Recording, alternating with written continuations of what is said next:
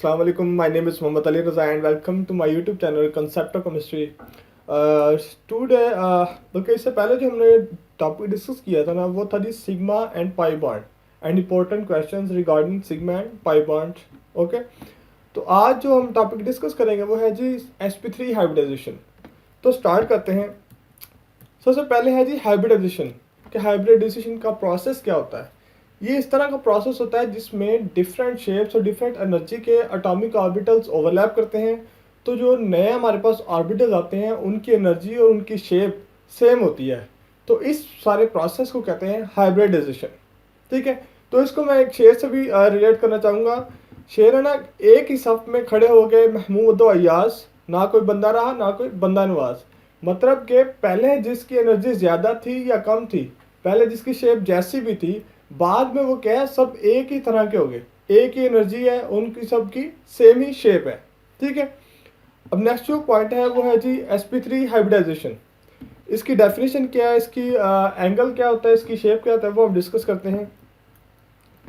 The hybridisation in which 1s and 3p different atomic orbitals and different energy overlap to form four equivalent orbitals called sp3 hybrid orbitals. कहता है कि ऐसा process, ऐसी hybridisation जिसमें 1s और 3 क्या है जी p ऑर्बिटल्स ओवरलैप करें, जिनकी एनर्जी डिफरेंट हो, उनकी शेप भी डिफरेंट होगी. ठीक है, ओवरलैप करके वो 4 sp3 हाइब्रिड ऑर्बिटल्स दें. तो इस प्रोसेस को कहते हैं sp3 हाइब्रिडाइजेशन. ठीक है, अब ये sp3 हाइब्रिडाइजेशन है ना सॉरी, तो इसमें देखें 1s और 3p जब ओवरलैप करेंगे तो हमारे पास ये 3 + 1 4 sp3 हाइब्रिड ऑर्बिटल्स आएंगे. ठीक है जी, तो ये है प्रोसेस sp3 हाइब्रिडाइजेशन. इसको एग्जांपल से भी मैं आपको कहते हैं इलेबोरेट करूंगा. अब नेक्स्ट जिसकी शेप क्या होती है, sp3 हाइब्रिडेशन जो मॉलिक्यूल्स कहते हैं प्रेजेंट करते हैं, शो करते हैं, उनकी जो शेप होती है वो होती है जी टेट्राहेड्रल, और इसका जो एंगल होता है 109.5 होता है. नेक्स्ट जो है जी मीथेन की एग्जांपल से हम इसको इलेबोरेट करने की ट्राई करते हैं जी. मीथेन की एग्जांपल, इसमें जो सेंट्रल है ना कार्बन है, सेंट्रल एटम जो है वो कार्बन है, उसकी जो इलेक्ट्रॉनिक कन्फिग्रेशन क्या है जी, इसका 6 एटॉमिक नंबर है. तो इसकी जो कन्फिग्रेशन है 1s2 2s2 2p1x 2p1y and 2p0z. ठीक है, क्योंकि इधर तक 6 इलेक्ट्रॉन पूरे हो जाते हैं. अब ये थी ग्राउंड स्टेट नॉर्मल में. अब एक्साइटेड स्टेट अगर इसको एनर्जी प्रोवाइड करें तो क्या होगा, 1s2 ये तो कंप्लीट है ना ऑर्बिटल, ये कंप्लीट रहेगा. ठीक है जी, पहला शेल है, ये कंप्लीट है, इसको कुछ भी नहीं होगा. दूसरे जो है ना वैलेंस इलेक्ट्रॉन्स, उनमें चेंजिंग आएगी. तो ये 2s2 था ना, इसमें से एक इलेक्ट्रॉन जो है ना 2p1z के पास चला जाएगा एक्साइटेशन की वजह से. तो फिर क्या कन्फिग्रेशन हो जाती है, 2s1 2p1x 2p1y 2p1z. अच्छा, अभी इधर एक इम्पोर्टेंट बात जो ये है कि हाइब्रिडाइजेशन में जो ऑर्बिटल्स इन्वॉल्व होते हैं ना वो अनपेयर्ड होंगे. मतलब एक ऑर्बिटल में 2 इलेक्ट्रॉन्स हो सकते हैं पेयर. अगर उसमें एक इलेक्ट्रॉन होगा तो वो क्या है जी हाइब्रिडाइजेशन में इन्वॉल्व होगा. तो इसमें अगर देखें तो ये 4 जो वैलेंस ऑर्बिटल्स हैं इन सब में एक एक इलेक्ट्रॉन है. तो मतलब ये चारों जो है हाइब्रिडाइजेशन में इन्वॉल्व होंगे. तो अगर मैं हाइब्रिडाइजेशन स्टेट लिखना चाहूँ तो मैं किस तरह लिख सकता हूँ, ये हाइब्रिडाइजेशन स्टेट है, ये 1s2 ये इन्वॉल्व नहीं होगा क्योंकि ये कंप्लीट है. एक ऑर्बिटल में 2 इलेक्ट्रॉन्स ही आ सकते हैं मैक्सिमम, तो वो इसके पास कंप्लीट है. तो ये जो 4 ऑर्बिटल्स हैं जो कि अनपेयर्ड हैं, तो उनको मैं लिख सकता हूँ sp31 sp31 sp31 and sp31. sp3 जो है हाइब्रिडाइजेशन है और 1 जो है वो इलेक्ट्रॉन को शो कर रहा है कि एक एक इलेक्ट्रॉन है इनके पास. अब sp3 हाइब्रिडाइजेशन है, मतलब क्या है कि एक s और 3p के ऑर्बिटल्स हाइब्रिडाइजेशन में इन्वॉल्व होंगे तो sp3 हाइब्रिडाइजेशन जो है शो होगी. तो इधर देखें, ये 1s और ये 3p ऑर्बिटल्स ओवरलैप कर रहे हैं, हाइब्रिडेशन में इन्वॉल्व हो रहे हैं. तो हमारे पास क्या है जी sp3 हाइब्रिडेशन की एग्जांपल आ रही है. इसको नेक्स्ट देखते हैं जी. इसको मैंने हाईलाइट इसलिए किया क्योंकि ये है कंप्लीट, इसने हाइब्रिडेशन में इन्वॉल्व नहीं होना. ठीक है, तो इसको हमने कंसीडर नहीं करना. 1s एंड 3p ऑर्बिटल्स, ये 1s, ये वाला 1s और 3p ऑर्बिटल्स ओवरलैप करेंगे. sp3 भी यही शो करते हैं 1s एंड 3p ओवरलैप जब करते हैं तो हमारे पास 4 sp3 हाइब्रिड ऑर्बिटल्स आएंगे. ठीक है, why we consider electronic configuration of carbon not of hydrogen in methane. कहते हैं कि मीथेन में हमने कार्बन की ही इलेक्ट्रॉनिक कन्फिग्रेशन को क्यों कंसीडर किया है, हाइड्रोजन को क्यों नहीं हमने देखा? क्योंकि जो मॉलिक्यूल में सेंट्रल एटम होता है ना, जो मरकजी किरदार होता है, उसी को हम देखते हैं, उसकी इलेक्ट्रॉनिक कन्फिग्रेशन को पहले हम डील आउट करते हैं, तो इसलिए हमने कार्बन को देखा है। अब नेक्स्ट चलते हैं जिसकी स्ट्रक्चर क्या है, फिर बनती है हमारे पास मीथेन की। ये है जी जो हाइब्रिडेशन में इन्वॉल्व हो रहे हैं। देखिए लास्ट स्लाइड में जो हमने डिस्कस किया है कि 1s और 3p ऑर्बिटल्स ओवरलैप करेंगे, तो ये है जी, एक ये s है और ये 3p ऑर्बिटल्स है। ये जब ओवरलैप करेंगे तो हमारे पास 4sp3 हाइब्रिड ऑर्बिटल्स आएंगे। अब इधर से आपको एक और बात भी क्लियर हो रही है कि हाइब्रिडेशन मैंने पहले डिस्कस किया है कि डिफरेंट ऑर्बिटल्स होंगे जिनकी एनर्जी भी डिफरेंट होगी, जिनकी शेप भी डिफरेंट होगी। लेकिन जब एक दफ़ा ओवरलैपिंग हो जाएगी, आपके पास हाइब्रिडाइजेशन हो जाएगी, आपके पास हाइब्रिड ऑर्बिटल्स आएंगे, तो उनकी एनर्जी भी सेम होगी, उनकी शेप भी सेम होगी। तो ये देखिए 4sp3 हाइब्रिड ऑर्बिटल्स जो आए हैं हमारे पास, तो इनकी क्या है, शेप भी सेम है, उनकी एनर्जी भी क्या है, सेम है, तो इनको डीजनरेट भी कहा जाता है। ठीक है जी। अब नेक्स्ट चलते हैं जी, ये हमारे पास आ गया जी कार्बन का। कार्बन का हमने अभी तक डील किया ना, हाइब्रिडाइजेशन। ये 1s और 3p के ऑर्बिटल्स जब ओवरलैप करते हैं तो 4sp3 हाइब्रिड ऑर्बिटल्स आ गए हमारे पास कार्बन के। अब चूंकि मीथेन का फार्मूला क्या है, CH4। ठीक है, तो वो हम देखते हैं जी। इसको 4 अनपेयर्ड एटॉमिक ऑर्बिटल्स थे, मतलब इसको 4 इलेक्ट्रॉन चाहिए अपने आप को स्टेबल करने के लिए कार्बन को। तो ये 4 इलेक्ट्रॉन किससे ले सकता है? हाइड्रोजन को एक की जरूरत होती है। तो हाइड्रोजन को एक की जरूरत होता है, वो क्या है, म्यूचुअल शेयरिंग से क्या है, ये हाइड्रोजन से 4 हाइड्रोजन से अपने 4 इलेक्ट्रॉन्स को हासिल कर सकता है कार्बन। तो ये एक इलेक्ट्रॉन इस हाइड्रोजन से लेगा, एक हाइड्रोजन इस हाइड्रोजन से, एक इलेक्ट्रॉन इस हाइड्रोजन से और एक इलेक्ट्रॉन इस हाइड्रोजन से। तो इस तरह जो हमारे पास स्ट्रक्चर आ जाती है CH4।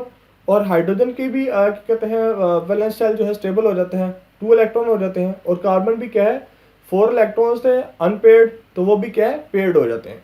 तो ये है स्ट्रक्चर हमारे पास मीथेन की। अब इधर क्वेश्चन है कि how many sigma bonds are present in CH4। कहता है कि इस स्ट्रक्चर में कितने सिग्मा बॉन्ड्स हैं। इसमें जो है ना सिग्मा बॉन्ड, ये सारे सिग्मा बॉन्ड C2H जो है ये सिग्मा बॉन्ड ही बना रहे हैं, क्योंकि इसमें कोई भी पाई बॉन्ड नहीं बन रहा। ठीक है, ये सारे क्या हैं, सिग्मा बॉन्ड है। ठीक है जी। अब इसमें एंगल जो है वो 109.5 है sp3 हाइब्रिडेशन के केस में। ठीक है जी। और इसकी जो शेप है वो है टेट्राहेड्रल। अब नेक्स्ट हम देख रहे हैं जी अमोनिया की एग्जांपल, उससे भी अब इसको कहते हैं एग्जाम्पलीफाई करते हैं। ये है जी नाइट्रोजन की ग्राउंड स्टेट। नाइट्रोजन का जो एटॉमिक नंबर है वो है 7। तो वो क्या आ जाएगी configuration, 1s2 2s2 2p1x 2p1y and 2p1z। तो ये 7 इलेक्ट्रॉन इसके कंप्लीट हो गए। अब ये थी ग्राउंड स्टेट, मतलब नॉर्मल। अब इसको एनर्जी प्रोवाइड करें तो एक्साइटेशन स्टेट में क्या होगी इसकी कन्फिग्रेशन, वो हम देखते हैं। वो इसकी हाइब्रिडेशन स्टेट भी है। ठीक है जी। तो इसमें अगर देखें कि ये sp32 ये वाला, हमने हाइब्रिडेशन में ना वैलेंस शेल के जो इलेक्ट्रॉन्स हैं उनको डील आउट करना है। ये 1s2 जो है ना ये फर्स्ट शेल में है, इसको हम नहीं देखेंगे, हम सेकंड शेल में है चूंकि, तो हमने सेकंड शेल में जो भी है ना ऑर्बिटल्स उनको हमने डिस्कस करना है। तो ये है 2s2 sp32, ये sp31 और ये 3p ऑर्बिटल्स, इनको हमने लिख दिया है। अब इधर जो है ना इसको लिखने का मकसद क्या है कि इसने भी स्ट्रक्चर में प्रेजेंट होना है, इसको भी हमने शो करवाना है। ठीक है जी। नेक्स्ट चलते हैं जी। ये है जी 2s ये वाला, ये p1x। ठीक है जी। ये 2py और ये 2pz, ये हमने ऑर्बिटल्स की जो है स्ट्रक्चर्स बना दी है। अब हमारे पास सेम उसी तरह जिस तरह हमारे पास मीथेन का टेट्राहेड्रल स्ट्रक्चर आई है, 4sp3 हाइब्रिड ऑर्बिटल्स आएंगे, तो उसी तरह नाइट्रोजन के केस में हमारे पास क्या है जी 4sp3 हाइब्रिड ऑर्बिटल्स आ गए। अब नेक्स्ट चलते हैं, ये जनरल एक स्ट्रक्चर है। ठीक है जी। sp3 हाइब्रिडेशन केस में जो भी central atom sp3 hybridisation show करेगा तो उसकी जनरल स्ट्रक्चर इस तरह होगी। ठीक है जी। अब इधर अगर देखें, ये इसका ऑर्बिटल कंप्लीट है sp32, मतलब 2s2। इसके पास 3 जो है ना अनपेयर्ड इलेक्ट्रॉन है, इसको मतलब 3 इलेक्ट्रॉन्स और चाहिए पेयर्ड होने के लिए। ठीक है जी। फिर हर ऑर्बिटल क्या है, पेयर हो जाएगा, मतलब 2 इलेक्ट्रॉन हर ऑर्बिटल में आ जाएंगे। तो उसके लिए क्या है, वो हाइड्रोजन के साथ रिएक्ट करता है, ओवरलैप करता है। हाइड्रोजन को भी एक इलेक्ट्रॉन चाहिए, इसको भी मतलब 3 इलेक्ट्रॉन चाहिए, तो 3 हाइड्रोजन और ये आपस में ओवरलैप करेंगे तो हाइड्रोजन भी स्टेबल हो जाएगा और क्या है जी, नाइट्रोजन भी स्टेबल हो जाएगा। तो हमारे पास जो स्ट्रक्चर बन जाती है वो किसकी बन जाती है जी, अमोनिया की। अब इधर एक इंपॉर्टेंट पॉइंट है कि ये जो लोन पेयर है ये क्या है, ये लोन पेयर वो है जो कि ऑलरेडी जो है पेयर्ड था, इसने हाइब्रिडेशन में इन्वॉल्व नहीं होना, लेकिन हमने इसको क्या स्ट्रक्चर में शो करवाना है। तो ये 2s2 जो है ना, ये वाला, ये पेयर था तो इसको हमने इधर शो करवाया है लोन पेयर। अब इसमें जो एंगल है ना 109.5 नहीं है जो कि sp3 हाइब्रिडेशन का जनरल होता है, इसका जो एंगल है 107.5 है, मतलब कि उससे लेस है। अब इसके लेस होने की रीज़न क्या है, उसकी रीज़न ये लोन पेयर है। उसका आंसर क्या है जी, उसका आंसर ये है कि ये जो लोन पेयर है ना 2s2, चूंकि ये न्यूक्लियस के नज़दीक है, 1s नज़दीक है न्यूक्लियस के, उसके बाद 2s नज़दीक है, उसके बाद 2p1 नज़दीक है, इस तरह क्या है जी, दूर होते जाते हैं फिर हम न्यूक्लियस से। चूंकि 2s2 जो है न्यूक्लियस के नज़दीक है और ये पेयर्ड है, कंप्लीट है, तो ये जो दूसरे हैं ना उनको रिपेल करता है। जिस तरह अगर कोई बच्चा माँ के नज़दीक होता है ना, वो दूसरे बच्चों को नज़दीक नहीं आने देता, वो उनको रिपेल करता है। तो इसी तरह लोन पेयर का केस है, ये दूसरे ऑर्बिटल्स को रिपेल करता है, तो उनके दरमियान जो है रिपल्शन होती है, तो इसकी वजह से वो नज़दीक हो जाते हैं और जो एंगल है वो क्या है, लेस हो जाता है, 109.5 से 107.5 हो जाता है। ठीक है जी। अब नेक्स्ट जो है वो क्या है जी, y angle in NH3 is less than 109.5, जो मैंने पहले डिस्कस कर दिया आपसे। नेक्स्ट पॉइंट क्या है जी, एग्जांपल ऑफ H2O, वाटर की एग्जांपल देखते हैं हम। अब इसमें जो H2O में जो सेंट्रल एटम है वो ऑक्सीजन है, उसका जो एटॉमिक नंबर है वो 8 है, तो उसकी कन्फिगरेशन ये आ जाएगी 1s2 2s2 2p2 2p2x 2p1x 2p1z, ये ग्राउंड स्टेट में है। ठीक है जी। तो ये इसकी हाइब्रिडेशन स्टेट क्या हो जाएगी, 1s2, इसको हमने देख रहे हैं कि पहला शेल है ये कंप्लीट है, हम सेकंड शेल में है, तो हमने सेकंड शेल में जो इलेक्ट्रॉन है या वैलेंस इलेक्ट्रॉन है उनको हमने डील करना है। तो वो क्या बनते हैं जी, ये 2s2 वाले sp32, ये sp32 और एक ये sp31 और ये sp31। ठीक है। अब हमने इसको देखते हुए अपनी हाइब्रिडेशन को कैरी ऑन करना है। ठीक है। तो वो हम देखते हैं जी, ये 2s की स्ट्रक्चर, ये 2px 2py 2p3 और ये आ गई हमारे पास स्ट्रक्चर 4sp3 हाइब्रिड ऑर्बिटल्स। ठीक है जी। अभी इधर ये जो लोन पेयर हैं ये कहाँ से आए हैं, ये लोन पेयर जो है ना ये 2s2 और 2p2x, ये जो कि पेयर्ड हैं, ये हाइब्रिडेशन में इन्वॉल्व नहीं होंगे, तो ये क्या है, एज ए लोन पेयर क्या है, शो करवाते हैं इसको स्ट्रक्चर में। अब हम इसको नेक्स्ट देखते हैं, ऑक्सीजन का सेंट्रल है, ये ऑक्सीजन की क्या है जी, स्ट्रक्चर है। अब वाटर का फार्मूला क्या है, H2O, मतलब क्या है कि इसके पास 2 अनपेयर्ड इलेक्ट्रॉन है, इसको 2 इलेक्ट्रॉन चाहिए, तो ये 2 हाइड्रोजन के साथ ओवरलैप करेगा तो अपने आप को क्या है, स्टेबल करेगा, और दूसरी तरफ हाइड्रोजन को भी एक एक इलेक्ट्रॉन की जरूरत है, तो वो भी क्या है, ओवरलैपिंग से स्टेबल हो जाएगा। ठीक है जी। तो ये हमारे पास स्ट्रक्चर आ जाती है H2O की। अब इस पे जो एंगल शो हो रहा है 104.5 है, जो कि 107.5 से भी लेस है। उसकी रीज़न क्या है, उसकी रीज़न ये है कि अमोनिया में एक लोन पेयर था, उसका एंगल 109.5 से लेस होकर 107.5 आ गया था। तो वाटर में 2 लोन पेयर है, तो ये 107.5 से भी लेस होकर 104.5 आ गया। जितना लोन पेयर ज़्यादा होंगे उतनी वो उसको क्या कहते हैं, फोर्स लगाएंगे, बॉन्ड पेयर्स को रिपेल करेंगे, तो वो क्या है, एंगल कम से कम होता जाएगा। तो इसलिए इसका जो एंगल है 104.5 हो गया है। ठीक है जी। अब नेक्स्ट जो है क्या कहते हैं जी, y angle in water is less than 107 और 109.5, कहता है कि 107 या 109.5 से एंगल मज़ीद लेस क्यों हो जाता है, उसकी रीज़न मैंने आपसे डिस्कस किया है।